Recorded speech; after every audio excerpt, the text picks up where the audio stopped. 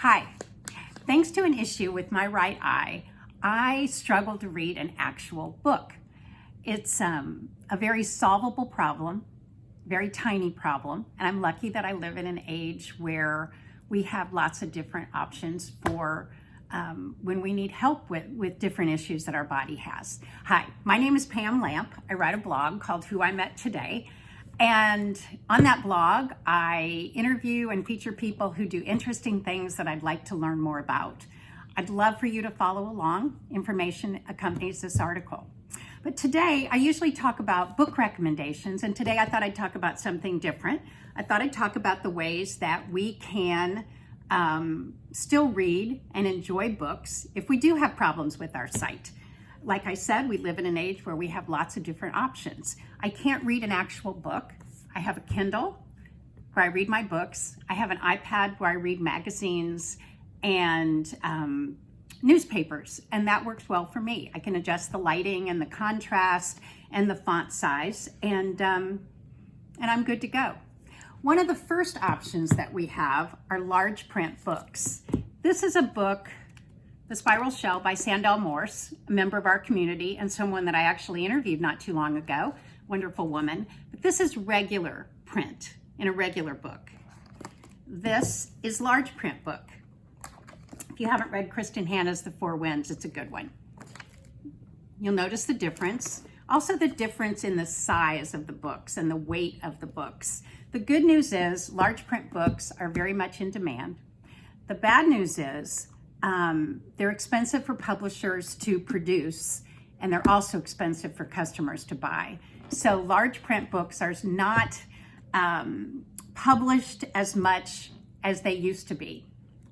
Having said that, I went to my local library. Now I live in a fairly large town, but I was delighted to see the choices for hard print books when I was researching this article. There were shelves and shelves and shelves of books. Now, I think that most of them were not current releases or bestsellers, but they had biographies, they had lots of books by authors that have written a number of books. Kristen Hanna is a very popular author and has written lots of books, so they had many of hers represented. Lisa Genova, a neuroscientist. This is called Left Neglect. If you enjoyed Still Alice by her, you'll love this book. But anyway, just lots of books by popular authors. David Baldacci, James Patterson, Elin Hildebrand, Mary Kay Andrews, Robin Carr. So I would think that would be your first stop to go for large print books. Online sellers, I did not have a lot of luck with looking them up. I have linked a few options in the story below, but I found them to be, the sites that I found, I thought were very limited with titles and very expensive, like $35 for a hardback book. You can go to a bookseller, and I would encourage you to do that. If your library doesn't have what you want to read a current release, go to your local bookstore. Although there is no list that readers can go to online and find out if a book exists in large print, the bookseller can look it up through the publisher and very quickly tell you if it exists. And they're happy to order it for you.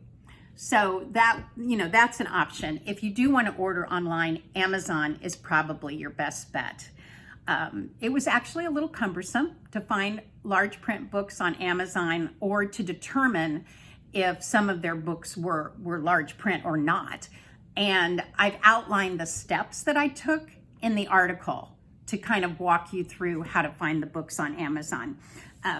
I found, lots of recent sellers, Cloud Cuckoo Land, The Giver of Stars, Where the Crawdads Sing, but you do have to do a little bit of digging. So I hope that all makes sense. I felt like that was a lot of information and I may not have presented it in the most fluid manner.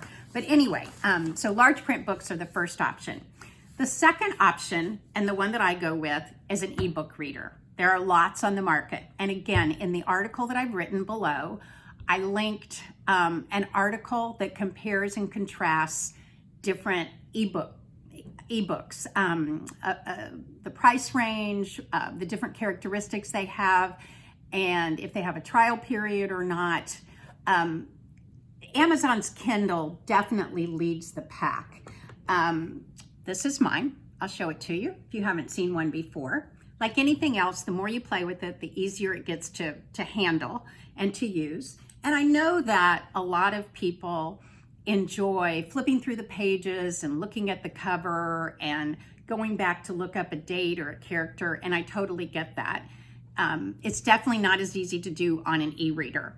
My favorite feature, look how, this is how I have the font adjusted. So you'll see it's pretty large. But my favorite feature is the dictionary. And I think most e-readers have that. So you just punch on a word and up pops the dictionary.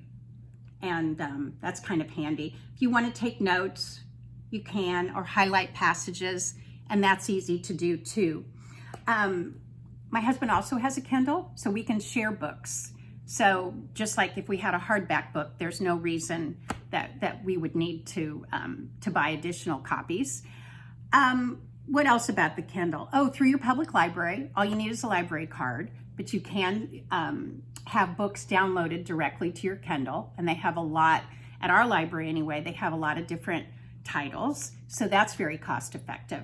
This one, this is a Paperwhite. It's about $120, which pays for itself pretty quickly if you're going to buy large print books at $25 to $35 a piece.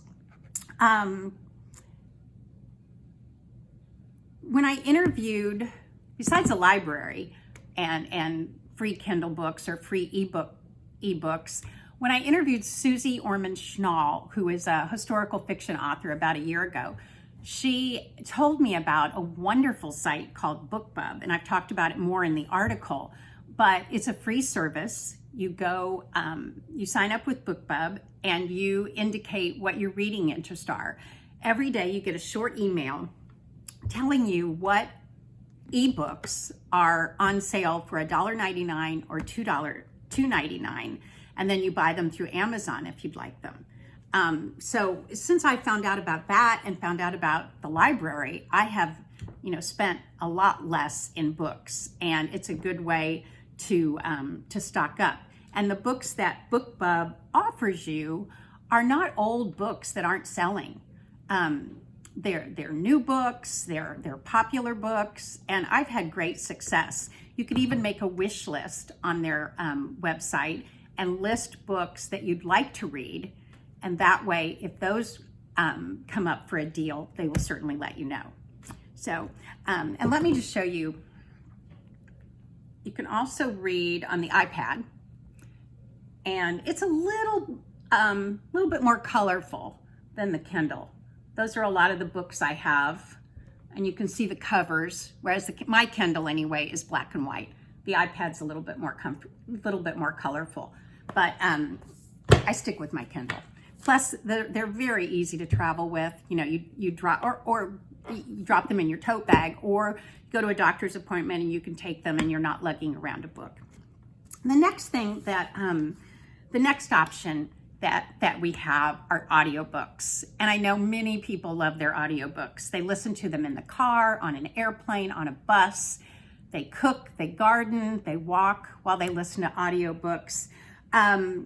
Audible leads the pack in terms of audiobook subscription services. Again, I have a link to an article that compares and contrasts the different audiobook services in my post, if you'd like to take a look at that. Almost all of them offer a trial period, so you can decide if you like it or not. There's one called Libro FM. For those of you that would like to support local bookstores, it's a little bit of a pricier subscription service, but the money you pay for the audiobook goes back to independent bookstores, which is nice. A good starting point, again, is your local library. Overdrive and Libby are the apps that a librarian can help you set up if you're not certain how to do that, connects you with your local library, and then from the comfort of your home, you can go on your computer and check out audiobooks, have them delivered right to your device. You can put holds on books. Might take longer to get new releases or bestsellers, but if you're willing to wait, there's always something else to read while you're doing so.